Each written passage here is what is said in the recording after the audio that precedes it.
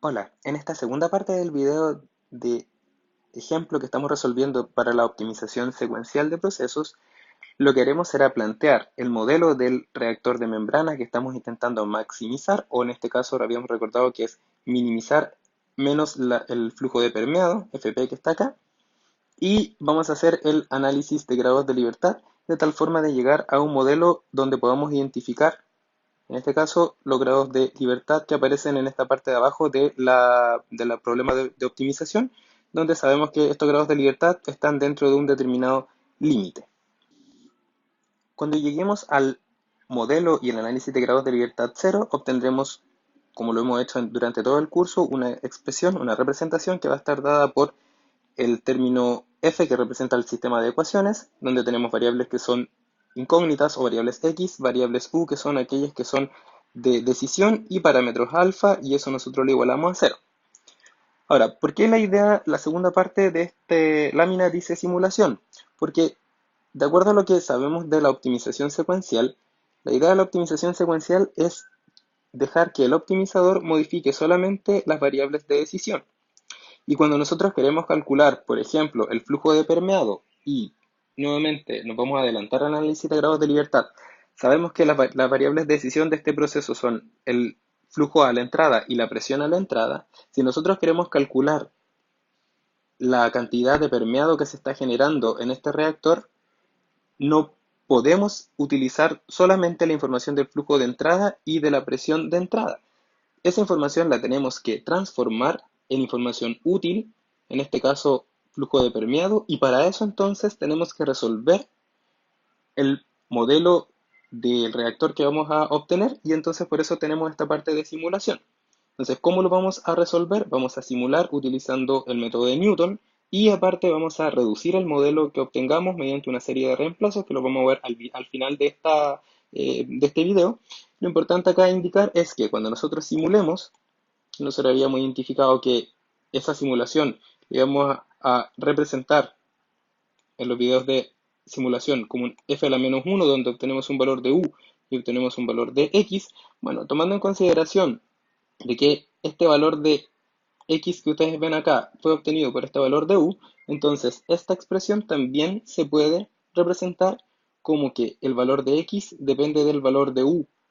y esa dependencia está dada por el modelo, y esta dependencia que está acá es justamente el término que aparece en la función objetivo. De esta forma, entonces, para calcular la función objetivo, que es la cantidad de flujo de permeado que sale por el PFR, lo que tenemos que hacer es resolver el modelo completo para distintos valores de las variables de decisión del proceso. Entonces, en la parte de simulación veremos cómo podemos resolver este modelo. Solo a modo de recordatorio y tomando en consideración que queremos obtener como último objetivo de este video una forma de calcular el flujo de permeado y el flujo de salida a partir del valor de nuestras variables de decisión, las cuales las obtendremos con el análisis de grados de libertad, recordemos que la cinética de la reacción de equilibrio está expresada mediante esta ecuación que aparece acá, donde tenemos la tasa de desaparición neta, en este caso, del compuesto A,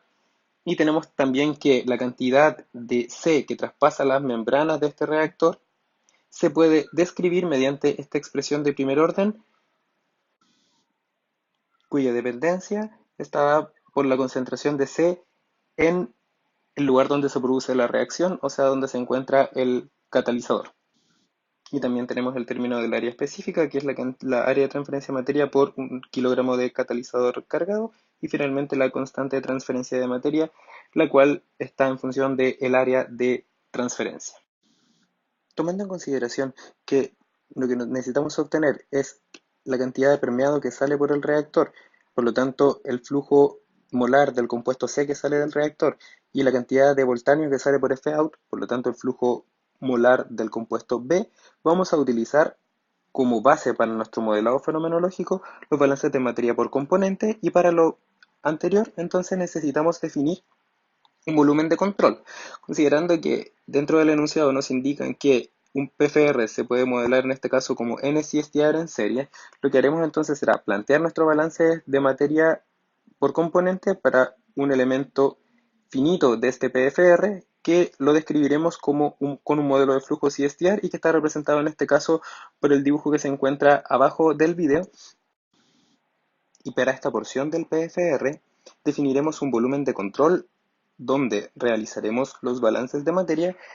y diremos que este volumen de control corresponde al lugar donde ocurre la reacción, es decir, donde se encuentra el catalizador. De esta forma, entonces, las corrientes que ingresan y que salen del CSTR serán aquellas que atraviesan las fronteras del catalizador.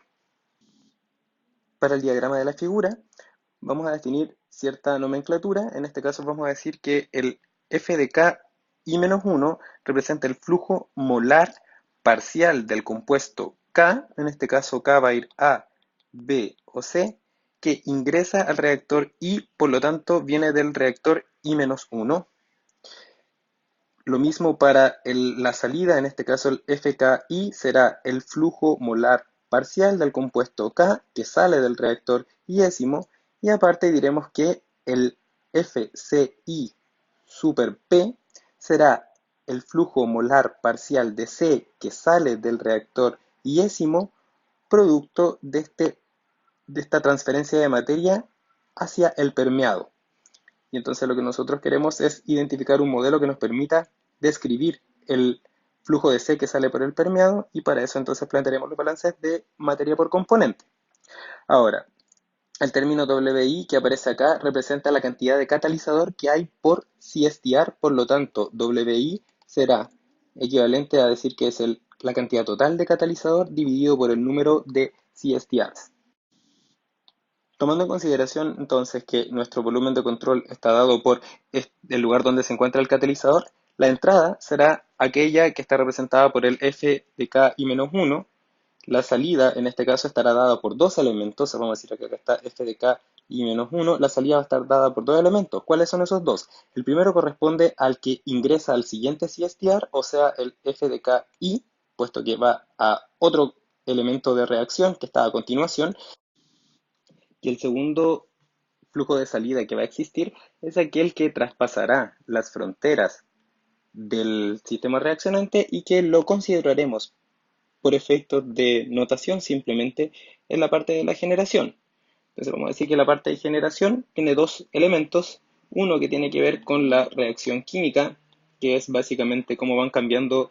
los moles de los compuestos A, B y C debido a la reacción química, y el otro término tiene que ver con la transferencia de materia. ¿Por qué decidimos ponerlo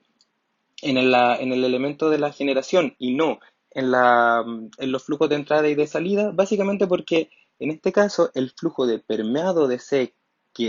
deja entonces el sistema de catalizador y va hacia el colector de permeado,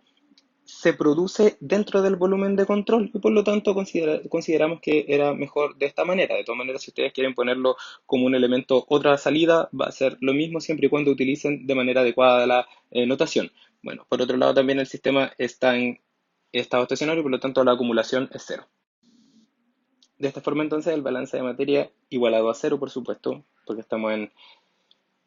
en estado estacionario, entonces tendría la entrada, que estaría lo que viene desde el reactor anterior para el componente K, A, B o C, la salida que va hacia el siguiente reactor, y en este caso los dos términos que están multiplicados por la cantidad de catalizador que hay en el CSTR. El primero tiene que ver entonces con la reacción química y entonces tendrá que ver con la cinética, y el segundo término tiene que ver con el término de la transferencia de materia. Detallando ahora entonces los dos términos de generación, tenemos el primero que corresponde a la reacción química y ha sido descrito por conveniencia como la multiplicación de dos términos. El término RI, que aparece acá, corresponde a la tasa de cambio neto del compuesto A en el reactor iésimo. RI entonces R sería cómo cambian los kilomol de A, partido en este caso por la cantidad de catalizador, por los kilogramos de catalizador, y multiplicado en este caso por los minutos, ¿no es cierto? Porque estamos en base, esa es la base que estamos utilizando para el tiempo. Y el siguiente término, el nu K super R, lo que hace es transformar desde los kilomoles de A, que cambian por la reacción química, hacia los kilomoles de los distintos compuestos, en este caso A, B y C. De esta forma entonces, nu K R va a ser un vector que va a tener tres elementos. El primero, por supuesto, va a ser un 1. ¿Por qué? Porque en este caso estamos trabajando con, para el caso del compuesto A, vamos a ir para acá a igual A, entonces el nu va a ser un término 1 y tomando en cuenta que aquí existe un término positivo, vamos a poner un menos 1 porque está desapareciendo. Luego tenemos el siguiente término que va a ser para el compuesto B y sería entonces un 1. Y finalmente para el compuesto C que sería un medio. Y siguiendo la misma lógica y sin pérdida de generalización, vamos a identificar la parte de la generación mediante la multiplicación de dos términos. El primero, que he representado con el R sub I super T, representa entonces los kilomol de C por, en este caso, kilogramo de catalizador y por minuto, que abandonan el volumen de control hacia el permeado. Y entonces el nu sub K Super T lo que hace es una especie de coeficiente estequiométrico que intenta emular lo mismo que para el sistema reaccionante, o sea, para la cinética de reacción, y que en este caso ese NUT va a tener tres elementos, también voy a poner acá NUKT, que va a estar dado por cero, porque el compuesto A no va a salir, cero porque el compuesto B no va a salir, y uno porque el compuesto C es el que va a salir hacia el permeado. Y las expresiones cinéticas que utilizaremos son las que aparecían al principio de este video, es decir, esta tasa de cambio del compuesto A, tanto por la reacción directa como la reacción inversa, y el R y T en este caso correspondería a la tasa de cambio del compuesto C, que bueno, tiene un término extra que aparece acá, que es aquel que modifica la transferencia de materia entre una unidad y otra y aparece en el enunciado del problema, donde aparece un término de Kc que representa la constante de transferencia de materia, el área específica, la composición de C en donde está el catalizador, y esta relación que está acá es aquella que permite ir cambiando la tasa de transferencia de materia producto de los cambios en la presión del reactor y sería el flujo volumétrico que sale del reactor iésimo partido por el flujo volumétrico que viene desde el reactor I-1, o sea que ingresa al reactor iésimo. Si hacemos entonces ahora un análisis de grado de libertad con lo que tenemos, hasta el momento tendríamos lo siguiente para el reactor iésimo. Entonces tendríamos que las variables que hemos identificado serían tres flujos molares parciales, vamos a decir que hay tres flujos molares parciales, tres composiciones que son aquellas que aparecen en la cinética, una cinética en este caso por reacción, una cinética por transferencia de materia, un flujo volumétrico que sale del CSTR y con otro color he marcado aquellas variables que aparecen en el CSTR I-1 con la idea de considerarlas como datos. Entonces tendríamos acá tres variables que son las que ingresan y una variable que sería el flujo volumétrico que viene desde el reactor I-1. En total entonces tendríamos 13 variables y en relación a las ecuaciones que planteamos para el CSTR I tendríamos tres balances de materia por componente, tendríamos una expresión para la cinética y una expresión para la transferencia de materia, lo que da un total de 5 ecuaciones y de datos tendríamos aquello que conocemos desde el CSTR anterior, o sea, tenemos 4 datos, por lo tanto los grados de libertad serían las 13 variables menos las 5 ecuaciones menos los 4 datos, entonces esto nos daría un total de 4 grados de libertad y bueno, tomando en consideración lo que hemos aprendido a lo largo del curso, que podemos decir que los balances de materia por componente, los tres, nos ayudaron para determinar los flujos molares parciales de salida, que la cinética y la transferencia de materia nos sirvieron para determinar esas variables que indican la tasa de cambio producto de la reacción y la transferencia de materia, y por lo tanto las variables que quedan por describir serían las concentraciones de los compuestos K para el reactor iésimo y en este caso tendríamos tres composiciones, y el flujo volumétrico que sale del reactor iésimo. Para calcular las concentraciones, tomando en consideración que son kilomoles partido por en este caso de decímetros cúbicos, vamos a utilizar esta expresión que básicamente indica que la concentración va a ser igual al flujo molar parcial del compuesto késimo, kilomol del compuesto késimo que sale del CSTR I, partido en este caso por el flujo volumétrico que sale del CSTR iésimo, esto está en decímetros, entonces cúbico y como cada uno de ellos está dividido por tiempo, al final entonces queda todo en unidades de concentración. Si definimos esta relación extra, entonces va a aparecer una expresión que permite relacionar la concentración con el flujo volumétrico y entonces la otra expresión que falta va a ser cómo determinar el flujo volumétrico. Para eso vamos a utilizar una ecuación de estado, en este caso vamos a asumir ecuación de estado de gases ideales y vamos a decir que el flujo volumétrico va a ser igual a el flujo molar total, FI, que está dado por la sumatoria de los tres compuestos a la salida del CSTR, multiplicado por RT y partido en este caso por la presión del CSTRiésimo. Así entonces, en el nuevo análisis de grados de libertad que tendríamos que hacer, las variables adicionales que aparecerían sería en este caso el FI, que no había aparecido antes, y el PI, tampoco había aparecido antes. Como ecuaciones adicionales tenemos, en este caso, tres ecuaciones de composición y tenemos una ecuación que permite calcular el VI y otra ecuación que permite calcular el FI, por lo tanto tendríamos 3 más 1 más 1, por lo tanto tenemos 5 expresiones adicionales, tenemos dos variables adicionales y en este caso tenemos un dato, bueno, sí, básicamente acá lo que tendríamos que hacer sería agregar una variable adicional extra que sería la temperatura, que no la vimos que está acá, por lo tanto serían tres variables, pero sabemos que al ser el reactor isotérmico nosotros conocemos la temperatura, por lo tanto esto es un dato. De esta forma entonces los grados de libertad estarían compuestos por los cuatro anteriores más las tres variables adicionales que aparecen menos las cinco relaciones que hay menos el dato extra. Y de esta forma, entonces, lo que tendríamos sería que tenemos un grado de libertad por describir. ¿Cuál será ese grado de libertad? Nuevamente hacemos un análisis y observamos que los cuatro que estaban acá correspondían a las concentraciones y al VI y acabamos de definir estas variables adicionales, perdón, estas ecuaciones adicionales que estaban para las concentraciones y el VI de tal forma de describirlo, por lo tanto estarían cubiertos. Luego, las tres variables adicionales que ingresan, la temperatura es un dato, el flujo I está cubierto por esta expresión de sumatoria de los flujos molares parciales, y entonces nos quedaría como única variable que quedaría por describir la presión P sub I, que sería la presión de salida del CSTRiésimo. Y para su descripción utilizamos una ecuación de pérdida de carga que está dada también por el problema y que básicamente nos indica que la presión en el CSTRiésimo se puede calcular resolviendo esta ecuación que aparece acá, que es función de la presión y del flujo molar total y del catalizador y de un parámetro alfa. Y si ahora volvemos a hacer el análisis de grados de libertad, observaremos que como variable adicional va a aparecer el PI, PI menos 1, o sea, la presión del CSTR anterior. Tenemos una variable adicional, tenemos una ecuación adicional que es la ecuación de pérdida de carga, y como dato entendemos que antes resolvimos el CSTR I menos 1, por lo tanto lo conocemos. O sea, tenemos un dato también. De esta forma, entonces, nuestros grados de libertad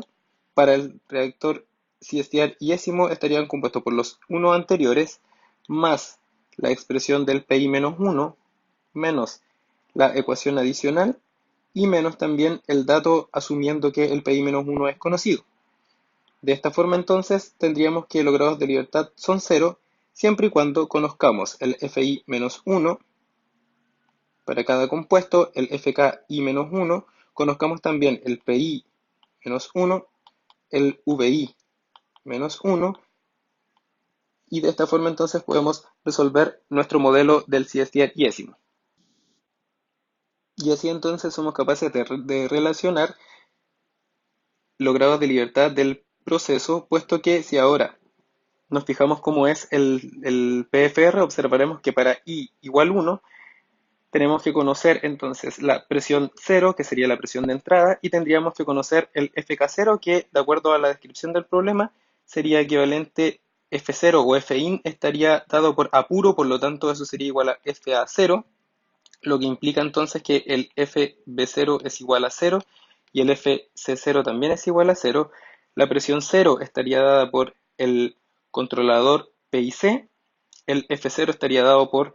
la decisión que tenemos que tomar en el controlador de flujo y de esta forma entonces resolveríamos de manera secuencial cada uno de los CSTR para obtener entonces la salida del compuesto que sale, en este caso por al final el último CSTR que sale por el volumen de control, esto quiere decir entonces de el elemento que no ha atravesado el permeado. Pero lo que nos piden a nosotros es también conocer el flujo de permeado y entonces vamos a observar que por cada CSTR va a ir saliendo un flujo que no va a volver a entrar al CSTR y que lo vamos a ir sumando. O sea, aquí por ejemplo si aquí aparece otro equipo, este se sumaría y el que sale de acá iría como la suma de los que vienen más atrás más el que viene, el que se agrega a continuación. Y de esta forma entonces diremos que el flujo de permeado será la sumatoria de los F, C y P desde el CSTR 1 hasta el CSTR enésimo y de acuerdo a nuestra definición en el volumen de control que habíamos definido al principio, este flujo que atraviesa es equivalente a escribir el término WI, que sería la cantidad de catalizador que hay en cada uno de los CSTR, multiplicado por el R, en este caso el R de el compuesto C por la transferencia de materia. Entonces, básicamente, el flujo de permeado estaría dado por la sumatoria desde I igual 1 hasta N de el WI multiplicado por el RI T. Para cada CSTR ahora estamos en condiciones de plantear este modelo final que corresponderá a cada uno de los elementos discretos que componen el PFR y entonces diremos que el modelo final estará dado por cuatro ecuaciones. Las tres primeras serán los balances de materia A, B y C y la última ecuación va a estar dada por la ecuación de pérdida de carga y tomando en consideración que tenemos cuatro ecuaciones necesitamos definir cuatro incógnitas que van a ser el flujo de A que sale del reactor iésimo, el flujo de B que sale del reactor iésimo y el flujo de C que sale del reactor iésimo y también la presión del reactor iésimo y eso todo va a ser un vector columna. Y para resolver este modelo vamos a definir que las variables de decisión serán lo que viene antes del CSTR, es decir, entonces el f de k en i-1 para k, a, b y c y el PI-1 y por supuesto también necesitamos conocer el VI-1 y el resto de los elementos que componen el modelo, en este caso la temperatura, lo vamos a dejar como parámetro puesto que lo vamos a considerar constante. Y como tenemos un sistema entonces de 4x4, 4 ecuaciones y 4 incógnitas para cada CSTR, nos preguntamos qué pasa con el resto de las variables que ya no aparecen en el modelo final. Y para eso entonces le presento acá una propuesta de simulación que es básicamente identificar cuáles son aquellas variables que son despejadas, o sea, cómo vamos a formar el resto de las variables conocidas solamente los valores de X, o sea, conocidos los tres flujos y la presión, y a partir de eso definir todo el resto de las variables, utilizando por supuesto las variables de decisión de cada CSTR y los parámetros, de tal forma de transformar los valores de X en una expresión que determine si los valores de X cumplen con los balances de materia para luego resolverlo mediante el método de Newton. Y entonces en nuestra secuencia de cálculo, que va a ser aquella que nos va a permitir escribir luego el código en MATLAB, esta secuencia de cálculo partiría con conocidos los valores de X, o que serían en este caso los valores a iterar, conocidos los valores de U, que serían valores fijos para el CSTR iésimo y los parámetros, entonces lo que tendríamos que hacer acá sería un reemplazo sucesivo. Y ese reemplazo sucesivo lo que haría sería aparecer las variables que ya no aparecen en el modelo, o sea, las variables, por ejemplo, como cinética, las variables relacionadas, por ejemplo, con el flujo volumétrico, y todas esas variables reemplazadas, calculadas a partir de los valores de X, U y alfa, me permitirían luego conocer el valor del balance de materia al compuesto A, al compuesto B, al compuesto C y la pérdida de carga, y entonces a partir de eso generar el vector de salida F, que sería aquel que evaluaría el F-solve de tal forma de identificar si es que resolvió el problema. Entonces partamos con esta secuencia de reemplazo o cálculo que va a ser el que ustedes pueden revisar en el fichero disponible en el curso. Entonces lo primero que vamos a definir es que cómo conocemos X y cómo conocemos las variables de decisión y los parámetros, y en X aparecen los tres flujos molares, lo que vamos a identificar como primer paso, paso número uno, va a ser definir con estos valores mediante la suma de ellos tres, una variable auxiliar que le vamos a llamar FI, que va a ser el flujo total. Una vez que definimos ese flujo total, y como ahora conocemos la presión multiplicado por R, que es un parámetro, y T, que viene desde el conocimiento del proceso porque es un sistema isotérmico, dividido por la presión, que es un valor que estamos iterando, nos permitiría calcular el valor de V. O sea, a partir de estas dos expresiones somos capaces de calcular unas variables auxiliares o reemplazos que les llamamos, que corresponden al flujo molar total, FI, y el flujo volumétrico total, VI. Una vez que tengo FI, VI y el valor de X, que son los que están siendo iterados, lo que viene a continuación es calcular la concentración. Entonces, para calcular la concentración diremos que es el FK, que viene desde X, dividido por el valor de VI, que fue calculado con los valores de FI y el de la presión. Y una vez que tenemos la concentración, somos entonces capaces de determinar o de estimar el valor de la cinética, en este caso de la cinética química y de la transferencia de materia, puesto que también tenemos el valor de V y conocemos las concentraciones que aparecen acá. Y como tenemos ahora toda esa información, podemos volcar entonces el valor de las cinéticas en nuestro modelo más compacto. Podemos volcar el valor del FI en nuestra ecuación de pérdida de carga, y de esta forma entonces somos capaces de transformar un sistema que es mucho más grande en un sistema de 4x4, que tiene entonces como variable X los tres flujos molares parciales y la presión, como variables U, lo mismo pero en el reactor anterior, y como parámetros todo aquello que es necesario para cerrar los grados de libertad, y que sabemos que vamos a iterar entonces con estas cuatro variables para cada CSTR, ¿no? Que es el CSTRésimo, y el método de Newton va a terminar cuando se cumpla la igualdad, es decir, cuando el valor de los balances se cierren. Y entonces vamos a definir que el modelo del CSTR, o sea, aquel que nos permite, vamos a sacar entonces de esta tajada del CSTR, y que es el sistema de 4x4, que tiene entonces como variables incógnitas los flujos molares parciales de los tres componentes y la presión, como variables de decisión lo mismo pero en el CSTR anterior, y los parámetros alfa y que tiene que ser igual a cero. Esto lo vamos a estar representado con su secuencia de cálculo en la expresión que pueden encontrar en MATLAB en la función CSTR i.m. Y entonces para simularlo, lo que tendríamos que hacer es aplicar el método de Newton. Y eso está representado de acuerdo a la nomenclatura de los videos anteriores mediante esta caja que ustedes ven acá, donde básicamente lo que indica este diagrama es que, dado unos valores de x0 para el CSTR iésimo, utilizando el método de Newton, si usamos MATLAB, entonces sería la función fsolve, la cual va a entregar unos valores xk, y por supuesto los valores de las variables de decisión y los parámetros, va a ir a esta función CSTR i.m y va a obtener de acá el valor de f, en este caso los tres balances de materia y la ecuación de pérdida de carga para el reactor iésimo, y eso lo va a ingresar al fsolve, y esto va a iterar hasta que el fsolve identifique que la norma de f sea menor o igual a una determinada tolerancia. Y para simular ahora el PFR completo, entonces utilizaremos esta simulación con el método de Newton, este FI a la menos 1, y entonces mediante un ciclo for lo que haremos será primero darnos los valores del F0 y el P0, y ingresaremos a un ciclo for entonces para cada uno de los CSTR, para el primer CSTR hasta el último, y en cada uno de estos pasos, ¿qué es lo que vamos a hacer? Vamos a aplicar entonces el FI a la menos 1, y el resultado que obtengamos, entonces el XI, va a ser el valor de UI para el siguiente CSTR, y entonces de esta forma vamos a resolverlo de manera secuencial,